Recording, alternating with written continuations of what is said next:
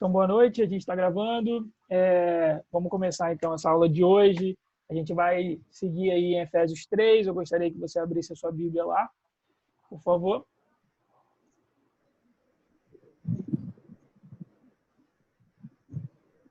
Isso. Queria que você abrisse a sua Bíblia lá em Efésios 3.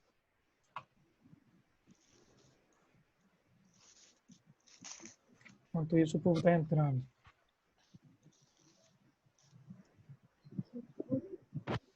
Meu, tá. Thales, Oi. Jean falou que não tá conseguindo entrar pelo link, não. Peraí. Porque pediu para atualizar o aplicativo dele aqui. Tá. Eu já ia mandar o link, mas tudo bem. Tá bom? Então, daqui a pouco ele entra. Vamos Falou. orar? Pai, nós queremos te dar graça por essa noite. Obrigado pelas nossas vidas. Obrigado pela tua bondade, pela tua misericórdia. Obrigado, Senhor Jesus, porque o Senhor tem cuidado de nós. Pai, nós entregamos esse dia em tuas mãos. Oramos, Senhor Jesus, por espírito de sabedoria e de revelação.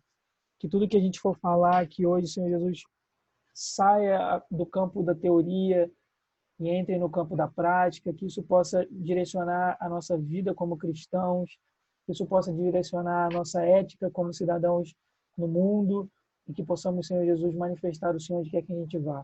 Pedimos que o Senhor nos dê graça nessa noite, que o Senhor abra o nosso entendimento e que o Senhor nos convença de toda a verdade. É o que nós oramos em nome de Jesus. Amém. Amém? Queria que você abrisse, então, a sua Bíblia lá em Efésios 3.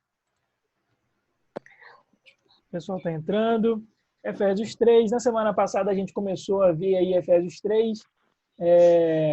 Vimos, na verdade, mais uma introdução de Efésios 3. Falamos um pouquinho do contexto de Paulo preso.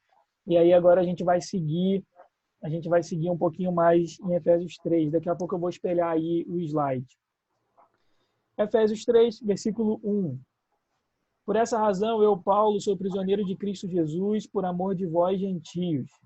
Se é que sabeis da dispensação da graça de Deus que me foi concedida em vosso favor, e como por revelação me foi manifestado o mistério, conforme vos escrevi acima em poucas palavras. De forma que, quando ledes, podeis perceber a minha compreensão do mistério de Cristo. Esse é o mistério que antes outras gerações não foi manifestado aos homens, da forma como se revelou agora no Espírito aos seus santos apóstolos e profetas. Isto é, que os gentios são co-herdeiros, membros do mesmo corpo e co-participantes da promessa em Cristo Jesus por meio do Evangelho. Fui feito ministro desse Evangelho segundo o dom da graça de Deus que me foi concedida conforme a atuação do seu poder. A mim, o menor entre todos os santos, foi concedida a graça de anunciar aos gentios as riquezas insondáveis de Cristo e de mostrar a todos qual é a dispensação do mistério que desde os séculos esteve oculto em Deus, que tudo criou, para que agora ela seja manifestada por meio da Igreja aos principados e poderios nas regiões celestiais, segundo o eterno propósito que fez em Cristo Jesus, nosso Senhor, no qual temos ousadia e acesso a Deus, com confiança pela fé que nele temos. Portanto, peço-vos que não vos desanimeis por causa das minhas tribulações, por vossa causa. Elas são a vossa glória. Amém? Sempre lembrando aí que a gente está seguindo nessa questão de Paulo, essa questão da carta que Paulo escreveu à igreja em Éfeso. Eu vou compartilhar aqui com vocês a tela e os slides. Deixa eu só abrir.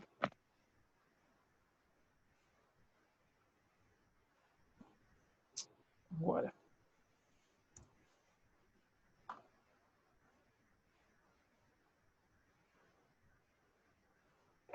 Está aí para vocês na tela. Isso.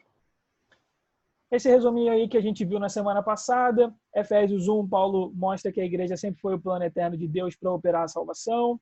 Efésios 2, Paulo mostra o nosso estado caído e perdido, como nós éramos antes, e como nós nos tornamos após a bênção de Cristo, Jesus ter morrido na cruz em nosso lugar. Em Efésios 3, Paulo agora fala sobre o maior mistério de todos os tempos, que o evangelho é tanto para judeus quanto para gentios, e não apenas para judeus. Então, isso, tá andando. Aí a gente falou um pouquinho sobre o que é o evangelho, falamos também sobre a questão do motivo que Paulo estava preso. Paulo não estava apenas preso porque ele estava pregando o evangelho, mas Paulo estava preso porque ele estava dizendo que o evangelho era um privilégio, uma graça, tanto para judeus quanto para gentios. E aí eu trouxe essa explicação do Martin Lloyd Jones, que é um pastor e um teólogo já falecido, e que eu acho interessante vocês conhecerem. No versículo 1, Paulo ele vai acreditar a sua prisão e ele vai falar que ele é prisioneiro de Cristo, Efésios 3:1. Então, na época que Paulo estava preso, quem governava o Império Romano, e por consequência todo o território judeu, era Nero. E aí existe essa figura, essa pintura de Nero. Nero aí está no terraço do seu palácio tocando harpa enquanto a cidade de Roma queimava. Existem várias teorias. Uns dizem que o próprio Nero colocou fogo em Roma para culpar os judeus. Existem também alguns estudos que falam que Nero coloca fogo em Roma e coloca a culpa nos judeus e nos cristãos, como Paulo e como Pedro. Por coincidência ou não, Paulo e Pedro são martirizados durante o reinado de Nero. E aí ele vai falar que ele seguia como prisioneiro de Cristo tanto em Efésios 3:1, quanto em Efésios 4:1, quanto em Efésios 6:20.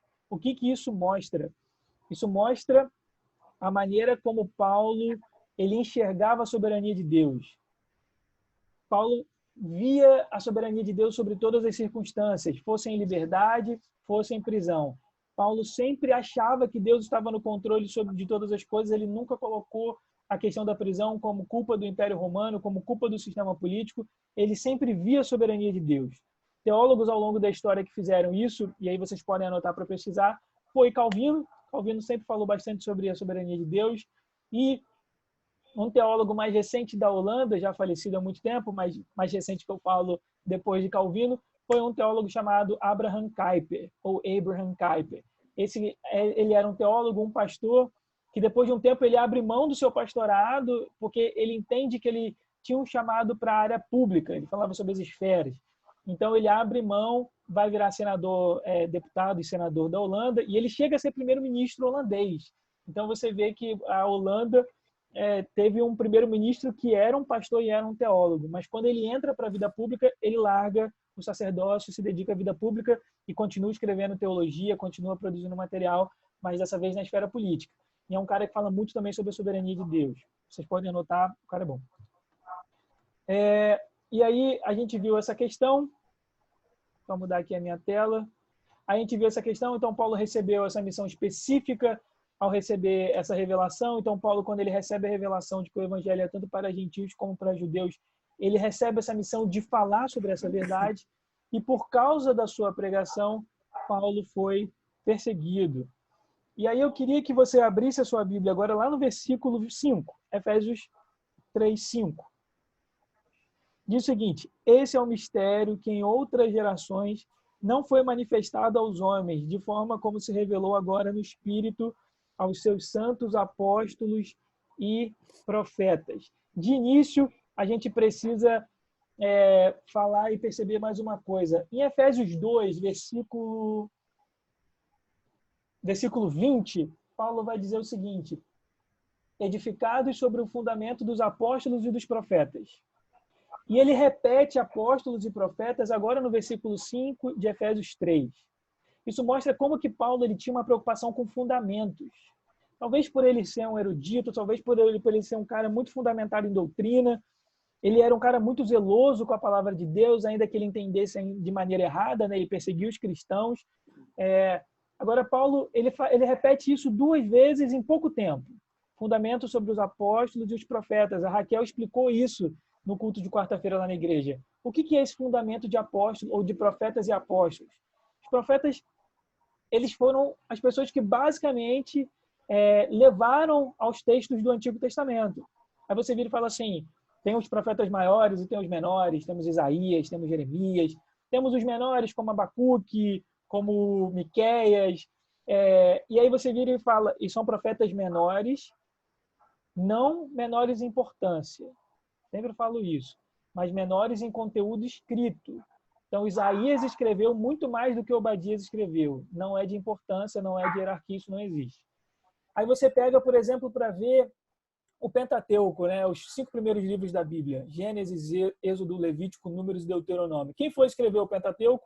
Moisés. Moisés era um profeta. Moisés foi chamado, ele tinha esse chamado de profeta. Então, quando você olha para o Antigo Testamento, ele foi basicamente escrito por profetas.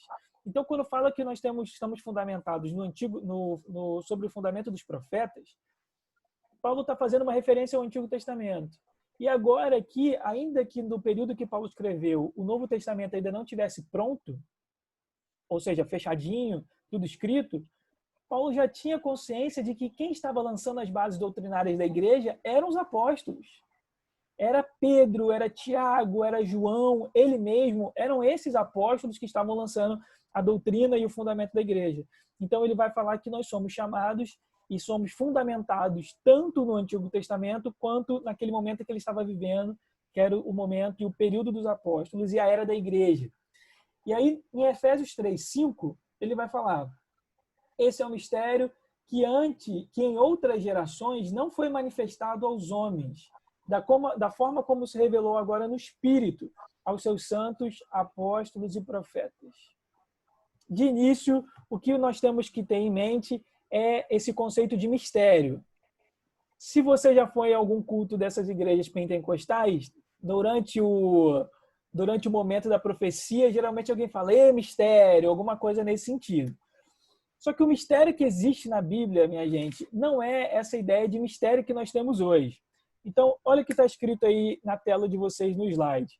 Mistério em português, então, ele tem esse significado de algo obscuro, algo oculto, secreto, enigmático, inexplicável ou incompreensível. Olha para mim, todo mundo, que eu estou vendo vocês pela tela. Isso não existe no reino de Deus. Não existe essa coisa de que Deus revela alguma coisa obscura para... Deus, sei lá, revela alguma coisa obscura através de um profeta e ninguém tem entendimento. Isso não existe. A igreja não é um tipo de maçonaria onde existem segredos ocultos, onde uma elite da igreja tem acesso e vai conseguir compreender, enquanto a outra não vai entender. Isso não existe.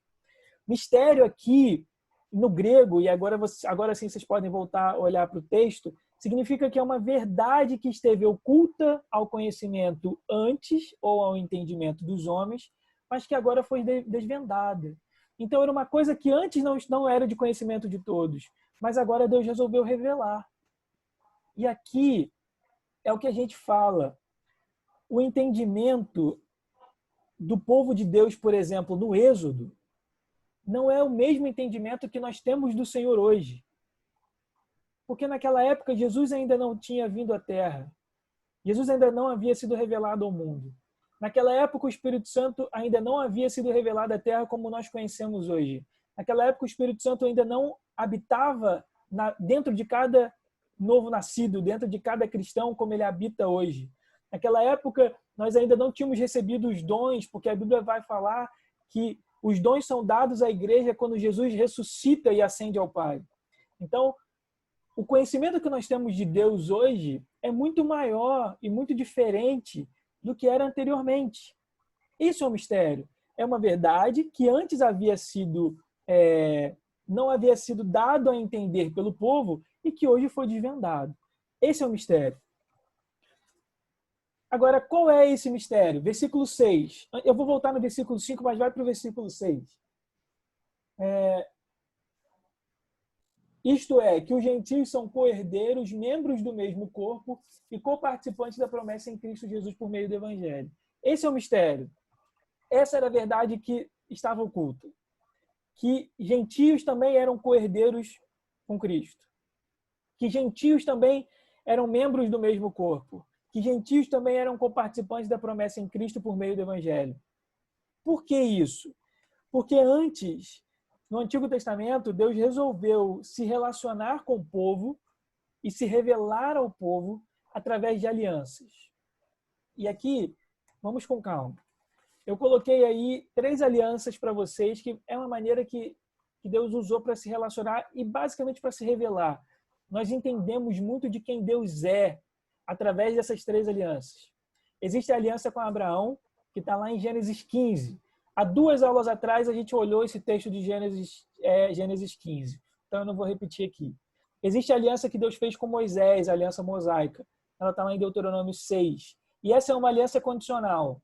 Quando você parar para ler Deuteronômio 6, você vai ver que Deus fala o seguinte: olha, se vocês fizerem isso, eu vou abençoar. Se vocês me obedecerem, eu vou proteger. Tanto que, quando eles não obedeciam, eles eram invadidos e iam para o cativeiro. O livro de Juízes inteiro é isso. É o povo se voltando para Deus quando eles estavam em cativeiro. E aí eles se rebelavam contra Deus e algum inimigo os prendia, os levava para o cativeiro. Juízes inteiro é esse vai e volta. Então, existe a aliança de Moisés e existe a aliança com Davi, segundo Samuel 7, do versículo 10 ao versículo 11, que é uma aliança que Deus faz com Davi, falando que da descendência de Davi viria aquela pessoa que para sempre estaria no trono. Que pessoa é essa? Jesus. Jesus, ele é filho de Davi. Ele é o descendente de Davi. Então, Deus faz essa aliança com Davi, prometendo que ele sempre teria um descendente no trono. E esse descendente é Jesus. Todas essas alianças, elas são destinadas a Israel. O destinatário era sempre Israel. Então, na cabeça do povo, na cabeça dos judeus, o povo da aliança era exclusivamente Israel. De fato, o povo da aliança continua sendo Israel. Só que desde o início, desde até dessa aliança com Abraão aí em Gênesis 15, Deus também contemplou já os gentios. Deus também já resolveu colocar os gentios para dentro da aliança. Só que isso ainda não estava claro. Eles ainda não tinham esse entendimento. E é isso que eu quero falar rapidinho. Abre, por favor, sua Bíblia em Gênesis 12. Marca aí Efésios 3 e vai para Gênesis 12.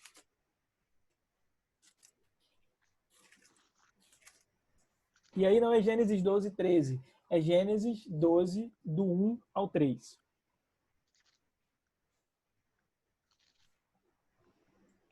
Gênesis 12, do 1. Cara, deixa eu só consertar essa câmera que eu acho que ela está um pouco torta. Mais ou menos. Gênesis 12, do 1 ao 3. Repara que isso aqui, vira sua página aí, por favor, e vai lá para Gênesis 15. Gênesis 15, o subtítulo é a Aliança de Deus com Abraão. E aí, eu já expliquei esse texto e a maneira como Deus ele aparece para Abraão e ele faz uma aliança incondicional. Deus, em nenhum momento, ele vira e fala o seguinte: você concorda com essa aliança que eu estou fazendo com você, Abraão? Ele não pergunta a opinião de Abraão, ele simplesmente fala que ele está fazendo aquela aliança com Abraão. Mas antes de Gênesis 15, ele falou Gênesis 12. Gênesis 12, do 1 ao 3.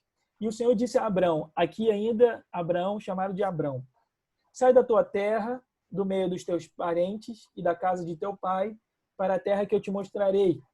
E farei de ti uma grande nação, te abençoarei e engrandecerei o teu nome, e tu serás uma bênção. Abençoarei os que te abençoarem, e amaldiçoarei quem te amaldiçoar. E todas as famílias da terra serão abençoadas por meio de ti. Thales, da onde... E aqui vocês podem até abrir o microfone nessa hora para me responder. Saudade de fazer perguntas para você quando a gente estava fisicamente na igreja. Em qual texto que aparece isso? Da onde que os gentios são contemplados aqui nessa promessa? Vai. Aqui nesse texto? Está aqui nesse texto. Da onde que nesse texto diz? Não, o texto está dizendo que todos os povos do mundo serão abençoados, então está incluindo todo mundo. Exatamente. Essa questão de todos os povos do mundo serão abençoados. Serão abençoados como? Serão, aquele fala, por meio de você eu abençoarei todos os povos do mundo. Com a salvação, deve ser, né? Mas sim, mas como? Abençoar todos os povos. Mas como? Como que através todos os... de Jesus. Exatamente.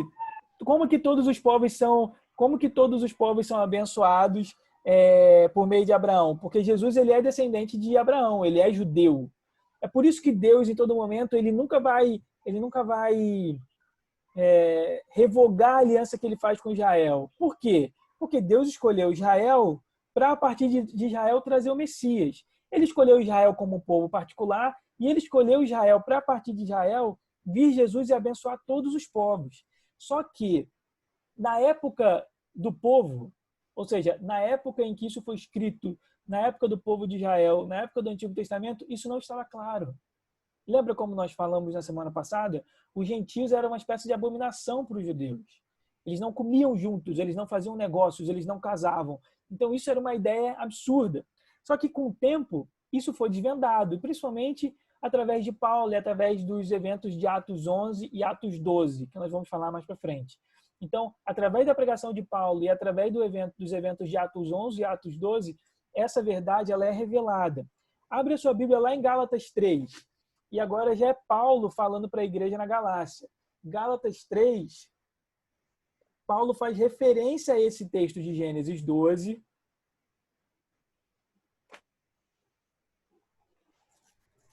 Gálatas antes de Efésios. Paulo faz referência a esse texto de Hebreus 12 e ele vira e fala, Gálatas 3, versículo 8. E a Escritura, prevendo que Deus iria justificar os gentios, e a Escritura, Antigo Testamento, sempre lembrando, aqui o Novo Testamento não havia sido escrito. Eles não tinham uma Bíblia como nós temos hoje. Então, quando Paulo fala a Escritura, ele está se referindo aos escritos do Antigo Testamento. E a Escritura, prevendo que Deus iria justificar os gentios pela fé, anunciou com antecedência a boa notícia a Abraão, dizendo, em ti serão abençoadas todas as nações.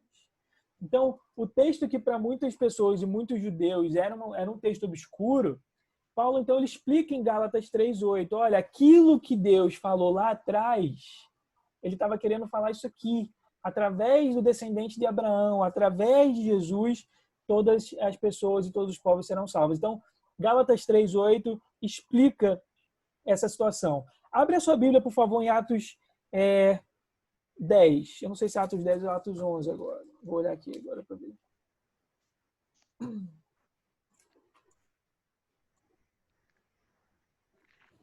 Essa situação da possibilidade é Atos 10 e Atos 11. Essa situação da possibilidade dos gentios fazerem parte do evangelho, isso precisou de um evento para ser o divisor de águas. Precisou de um paradigma, como a gente chama no mundo do direito. Precisava de um caso concreto onde essa verdade seria aplicada e valeria para todos os demais. Isso acontece em Atos 10. Atos 10 conta a história de um centurião, Cornélio, não era judeu, mas era muito temente a Deus. Eu gosto muito do versículo 2, só para dar um panorama de quem era Cornélio, Atos 10, versículo 2. Esse homem era piedoso e temente a Deus com toda a sua casa, dava muitas esmolas ao povo e continuamente orava a Deus. Então, ele não era judeu, mas ele temia o Senhor. E o versículo 4, que é uma realidade espiritual que você não pode esquecer. Fitando nele os olhos, atemorizado, ele perguntou, o que é, Senhor? Isso aqui ele está tendo uma visão de um anjo. O anjo lhe respondeu, olha que coisa incrível. Tuas orações e esmolas têm subido como memorial diante de Deus. Isso é uma verdade. As esmolas que nós damos para os pobres, para os necessitados, e as nossas orações estão diante de Deus como memorial.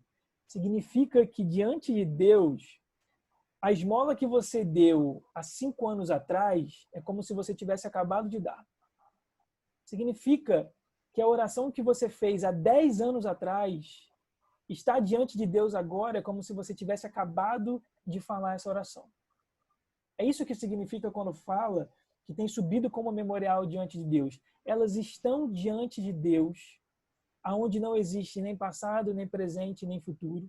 Então elas estão diante de Deus como se estivesse em cima de uma mesa estendida. Estão continuamente diante de Deus. Deus não perde de vista.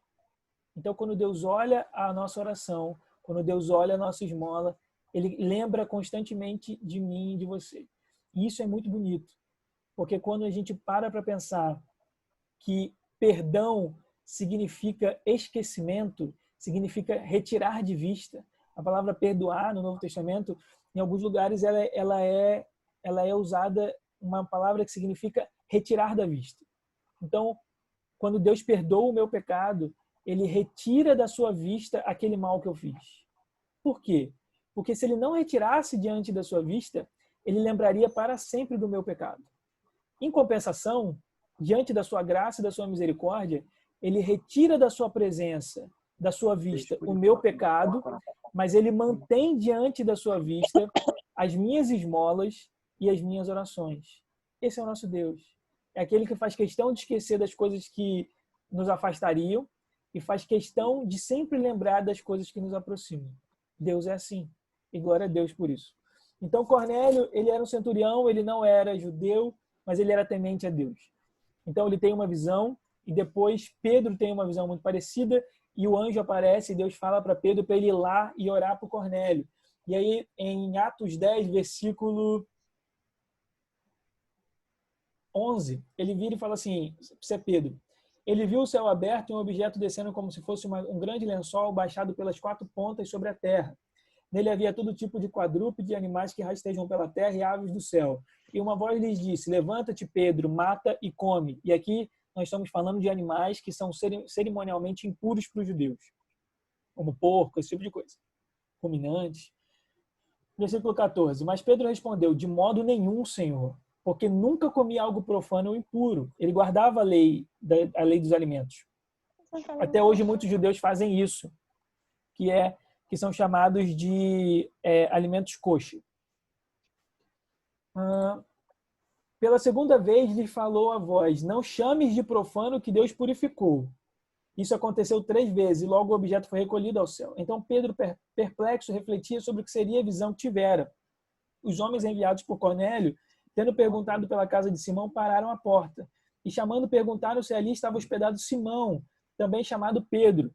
Porque o anjo havia aparecido para Cornélio e o anjo falou assim, manda seus homens para tal lugar e chama Pedro para Pedro vir para sua casa. Pedro ainda estava meditando sobre a visão quando o Espírito lhe disse, 2 homens te procuram. Olha que coisa incrível isso. Ele não apenas tinha tido uma visão, mas o Espírito falou para ele, olha, tem 2 homens lá embaixo te procurando. Isso é uma precisão uma precisão que a gente chamaria de uma precisão profética tremenda. Imagina Paulo estar orando em casa e o Espírito Santo fala assim, tem um cara lá na porta, vestido assim, assim, assim, ele está atrás de você. Aí o Paulo sai e, de fato, o cara está lá. Isso é uma coisa maravilhosa. 2 homens te procuram, versículo 20. Levanta-te, desce e vai com eles. Não duvides de nada, porque eu os enviei a ti. Então Pedro desceu ao encontro dos homens e disse, sou eu quem procurais, por que vieste? E aí eles vão até Cornélio. Quando Pedro chega até Cornélio, ele expõe o evangelho para Cornélio. Como se não bastasse isso, em um determinado momento, no versículo 44 agora, Atos 10, versículo 44. Enquanto Pedro dizia essas coisas, o Espírito Santo desceu sobre todos os que ouviam. Deixa eu só mudar isso aqui. Desceu sobre todos os que ouviam a palavra. Os crentes que eram da circuncisão, todos os que tinham vindo com Pedro, admiraram-se de que o dom do Espírito Santo também se derramasse sobre os gentios, porque os ouviam falar em línguas e engrandecer a Deus. Então Pedro disse, será que alguém lhes pode recusar a água para que não sejam batizados estes que, como nós, também receberam o Espírito Santo? E ordenou que fossem batizados em nome de Jesus Cristo. Então lhes suplicaram que ficassem com eles durante alguns dias. Não bastou a exposição de Pedro para os gentios acerca do Evangelho. Enquanto Pedro estava pregando, eles foram batizados no Espírito Santo. E aí, imagina a cabeça de Pedro. Pedro, um apóstolo, um judeu que achava que Jesus e o Evangelho e a salvação era apenas para judeus. Ele estava orando e aí o Espírito manda ele ir até a casa de um gentio pregar o Evangelho. Ele prega. Durante a pregação, a galera é batizada. Então, esse momento foi divisor na vida de Pedro e na vida de toda a igreja, porque depois para frente, agora a partir de Atos 11, o evangelho ele começa a ser sistematicamente pregado e levado para os gentios. Depois desse evento de Atos 10 e Atos 11, é que a igreja e o evangelho se expande para todos os povos. Foi depois desses eventos que o evangelho chegou para todas as nações, inclusive para a gente, nós, gentios, brasileiros. Então, existiu esse divisor de águas. Mas acontece que depois disso aconteceu um problema. Versículo Atos 11. Atos capítulo 11. O título desse capítulo é Pedro justifica-se perante a igreja. Por que foi Pedro justifica-se perante a igreja? Porque quando a igreja ficou sabendo, a igreja composta por judeus convertidos, eles falaram assim, Pedro, o que você fez? Por que você foi até os gentios? E aí Pedro precisa se defender, ele precisa se justificar. Os apóstolos e os irmãos que estavam na Judéia ficaram sabendo que os gentios também haviam recebido a palavra de Deus. E quando Pedro subiu a Jerusalém, os que eram da circuncisão discutiam com ele, ou seja, os judeus, dizendo, entraste em casa de homens incircuncisos e comestes com eles. Olha só como é que era a questão da separação. Os judeus não comiam, não tinham negócios, não casavam, nem entravam na mesma casa. Diferente do que Jesus fez. E aí, essa verdade agora está sendo aberta para os judeus. Pedro, porém, começou a fazer-lhes um relato ordenado, dizendo. E aí Pedro conta todas as coisas. Desde quando ele estava orando, ele teve a visão. Desde quando ele foi com os homens de Cornélio. Até que ele fala no versículo 17. Atos 11, versículo 17. Portanto, se Deus concedeu o mesmo dom que concedera também a nós, ao crermos no Senhor Jesus Cristo, quem era eu para que eu pudesse me opor a Deus? Esse evento é um evento divisor de águas na vida da igreja e na vida de Pedro, porque ele viu que o evangelho para os gentios fazia parte do plano de Deus. E, de fato, fazia. A igreja, como um meio de unificar gentios e judeus, sempre esteve no coração do Senhor. E aqui, antes da gente seguir para o versículo 6, para o versículo 7 de Efésios 3, eu queria voltar no versículo 5. Olha o que diz lá em Efésios 3, versículo 5. Esse é o mistério que em outras gerações não foi manifestado aos homens, da forma como se revelou agora no Espírito, aos seus santos apóstolos e profetas. Sabe o que esse versículo fala? Esse versículo fala sobre revelação gradual. E eu falei isso na semana passada. Fala o seguinte, ninguém no Novo Testamento recebe a totalidade de uma revelação. Ninguém. Primeiro que toda revelação ela deve ser julgada, e a Bíblia fala que ela deve ser julgada pelos mestres, mas ela deve ser julgada com base na palavra de Deus. Abre lá, por favor, em 1 Coríntios 14. 1 Coríntios 14, versículo 26. Ela deve ser julgada com base na palavra de Deus. Então, como é que Deus age muitas das vezes? Nós somos um corpo, nós somos um coletivo, e Deus fala comigo uma pequena parte, Deus vai falar com o Maurício e a Alba uma outra pequena parte, Deus vai falar com a Gisele uma outra parte, e quando nós compartilharmos dessa revelação, nós teremos a totalidade dessa revelação. É isso o que diz quando eu falo que a revelação ela é gradual. Isso fica muito claro em 1 Coríntios 4, do 26 ao 30, e depois daqui eu vou encerrar essa aula. Porque senão eu vou entrar no versículo 7 e eu não vou conseguir terminar de falar, e vai ficar pelo meio e vai ficar feio. 1 Coríntios 14, do 26 ao 30. Irmãos, que fazer então? Isso aqui é Paulo falando para uma igreja completamente desequilibrada relacionada aos dons espirituais. Era uma igreja que estava muito preocupada com experiências espirituais e estava largando essa doutrina. Existem muitos cristãos que recebem dons e se perdem. Ficam ocultistas, ficam muito místicos, desprezam o ensino da palavra, desprezam o ensino correto das Escrituras. Isso é um erro. Versículo 26. Irmãos, que fazer então? Quando vos reunis, cada um de vós tem um hino, tem uma palavra de instrução, tem uma revelação, tem uma palavra em língua, tem interpretação. Tudo deve ser feito visando a edificação. Se alguém falar em uma língua, que falem somente 2, quando muito 3, um de cada vez, e haja quem interprete. Mas se não houver intérprete, permaneça calado na igreja, falando consigo mesmo e com Deus. Que 2 ou 3 profetas falem e os outros julguem o que foi dito. Mas se for dado uma revelação a alguém que estiver sentado, cale-se o primeiro. Isso aqui fala sobre ordem no culto. Isso aqui fala sobre a maneira como nós devemos lidar com o profético.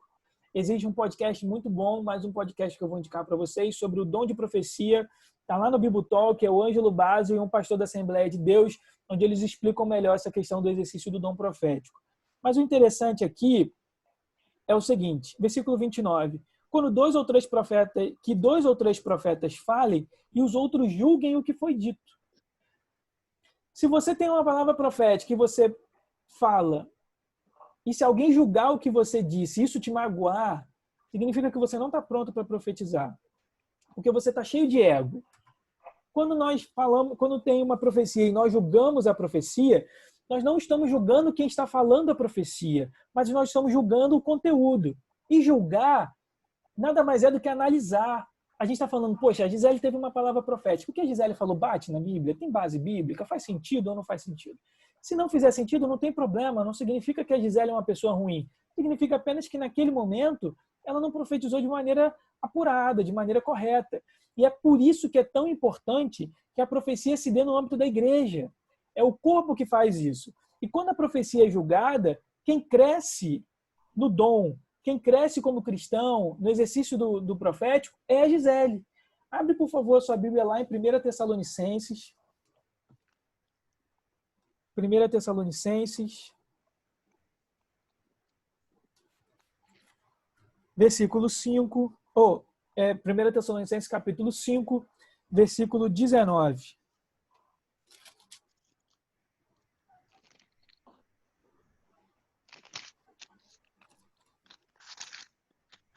Não apagueis o espírito, não desprezeis os profetas, ninguém despreza o profeta, mas examinando tudo, conservai o que é bom. A gente precisa examinar o que o profeta diz. A gente precisa examinar a palavra profética. A gente precisa saber se aquilo está correto biblicamente ou não. É isso que nós temos que fazer. Se durante o exercício do profético você se doer ou o profeta se ofender, significa que ele não está pronto para profetizar. E ele não deveria estar profetizando, porque ele tem um problema de ego. Agora, o profético ele é lindo e Paulo incentiva, Paulo fala que todo mundo deveria ter o dom de profecia, todo mundo deveria profetizar. Agora a gente precisa ter uma alma correta e a gente precisa julgar essa profecia. E isso se dá no âmbito do corpo. Amém? Amém. Dúvidas? Eu vou encerrar eu vou encerrar esse bloco só por causa do tempo e eu já vou abrir outro só para pergunta e o outro a gente já não grava porque o conteúdo já acabou. Pode ser? Vou mandar lá no grupo. Então, vou mandar e já entra rápido para a gente não demorar.